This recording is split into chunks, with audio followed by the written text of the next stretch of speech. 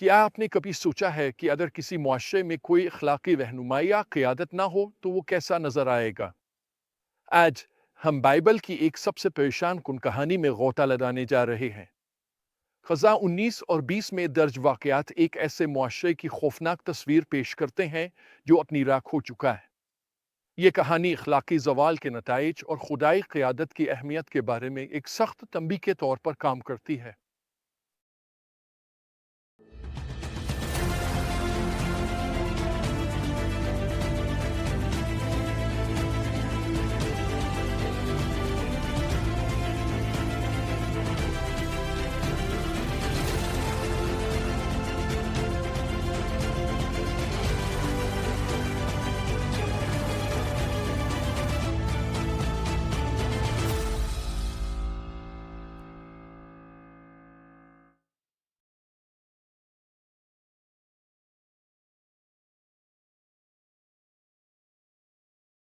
आज का हमारा बुनियादी पैगाम ये है: मजबूत खुदाई क़ियादत और एक मुस्तहकम अखलाकी बुनियाद के बगैर हत्ता कि खुदा के चने हुए लोग भी नाकाबिल तसव्वुर तारीकी और तशद्दुद में गिर सकते हैं।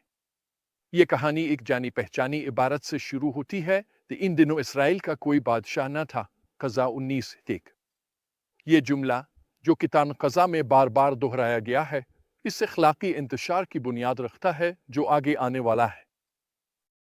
हमें एक लावी से मुतारिफ कराया जाता है जो दर हकीकत एक रूहानी रहनुमा होना चाहिए था, मगर वो अपनी हरम के साथ सफ़र कर रहा है।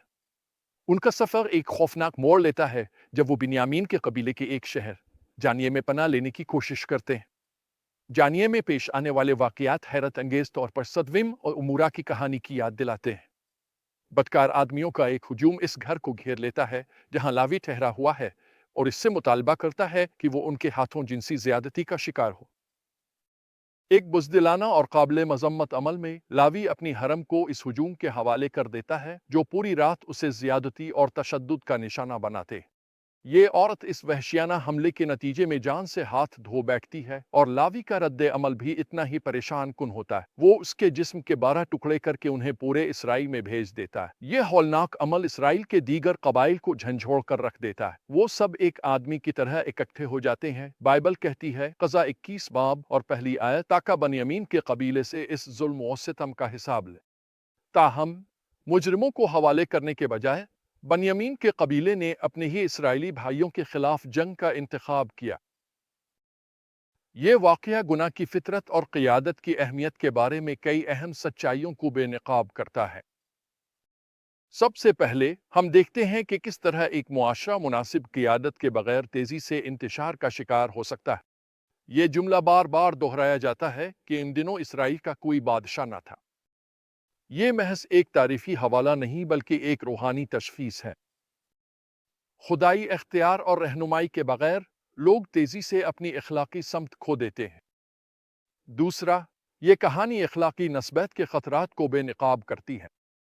क़ज़ा 17:6 हमें बताता है कि हर शख्स वही करता था जो उसे दुरुस्त लगता था। जहाँ सही और गलत का कोई मुतलक मेयार न हो, वहाँ हौलनाक अमाल को भी जायज़ करार दिया जा सकता है। तीसरा, हम देखते हैं कि गुनाह किस तरह हमें अपनी ही गलतियों से अंधा कर सकता है। बिन्यामीनियों ने अपनी बुराई को तस्लीम करने और उसका अजाला करने के बजाय इसका दिफा करने का इंतखाब किया। ये जाहिर करता है कि कबायली या गिरोही वफादारी अखलाकी बुनियादों पर हावी हो सकती। चौथा, ये बयानिया तशद्दुद के बढ़ते हुए रुझान को वाज़े करता है। जो एक हौलनाक अमल से शुरू होता है, वो तेज़ी से खाना जंगी में तब्दील हो जाता है। हमें गुनाह और नाइंसाफ़ी को जल्द अज़ जल्द रोकना चाहिए, इससे पहले कि वो फैल जाए। आखिर में हम देखते हैं कि रहनुमाओं में अखलाकी जुर्रत की कमी थी। बूढ़ा आदमी जिसने लावी को मेहमान नवाजी की पेशकश की, अगरचे इब्तिदा में मेहरबानी दिखाता है लेकिन कमज़ोरों की हिफाजत करने में नाकाम रहता है। जब खुद लावी बुज़दिली का मुजाहरा करते हुए अपनी जान बचाने की कोशिश करता है बजाय इसके कि वो अपनी हरम की हिफाजत करे। मुझे एक वाक़या शेयर करने दें जो मैंने देखा और जो इस कदीम कहानी को हमारे जदीद तनाजुर में वाज़े करता है। कई साल पहले एक मसीही रहनुमा ने एक मसीही मैगजीन को बताया कि उसे किसी एहतिसाबी ग्रुप की जरूरत नहीं है। वो पर यकीन था कि वो रूहानी तौर पर इतना मजबूत है कि किसी भी आजमाइश पर काबू पा सकता है जो उसे दरपेश हो सकती है। मिज्जता उसने बनी इसराइल की तरह अमल किया जब हर कोई वही करता था जो उसे मुनासिब लगता था। इसके पैरोकारों की तादाद बहुत ज्यादा थी, लेकिन इसकी जिंदगी में कोई रहनुमा नहीं था। चंद महीनों के अंदर वो एक तवाइफ के साथ पाया गया। इसकी बड़ी विजारत तेजी से बखर गई। ऐसे कई मसीही रहनुमा इसी तरह गिरे हैं क्योंकि कलीसा में रूहानी क़यादत की कमी थी। और ये एक अलमिया रहा है। हमें याद रखना चाहिए कि कोई भी आजमाइश से बालातर नहीं है। हम सबको रूहानी क़यादत की ज़रूरत है, वरना हम एक तारीख गड़े में गिर जाएंगे। इस तजुर्बे ने मुझे दिखाया कि लोग कितनी तेजी से गैर सेहतमंद सोच अपनाने लगते हैं, अपनी ही फैसलों का दिफा करते हैं, चाहे वो वाज़े इखलाकी जिदोजहद का सामना ही क्यों ना कर रहे।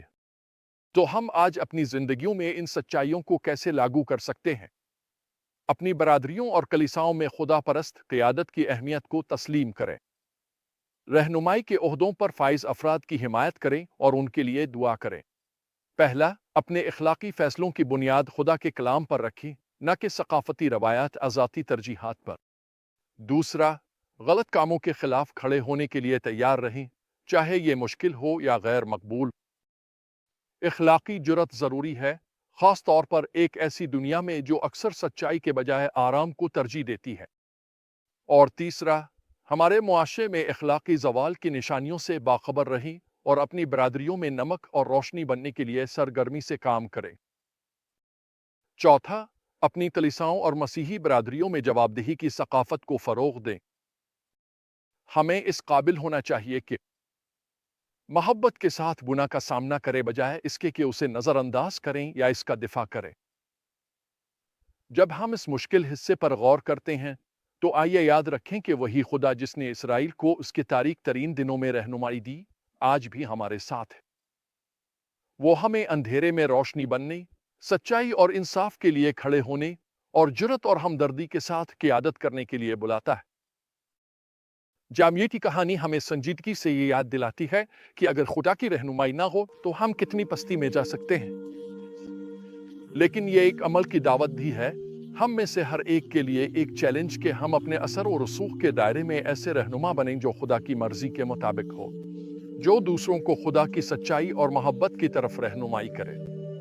खुदा करे कि हम वफादार पाए जाएं और हक के लिए खड़े हों, चाहे वो मुआशरा कदीम इसराइल की तरह अपनी ही नज़र में जो दुरुस्त लगे वही करता रहे।